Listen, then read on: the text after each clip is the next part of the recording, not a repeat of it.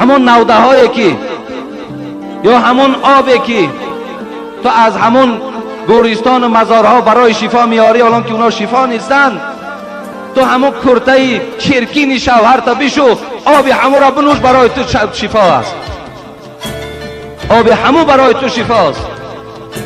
همون سنگ های بی معنی که تو رفته با دستای نازکت اونا را زیارت میکنی و میماری، همو را در پشت شوهرت بمال، همچنان است که تو خانه کعبه را زیارت داری.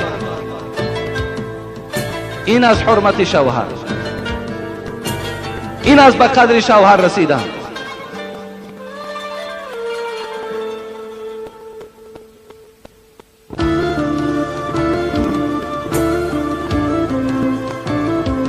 زن نزد حبیب خدا آمد، از ترس گفت پروردگار من شاید روز اگر روی ترش کنم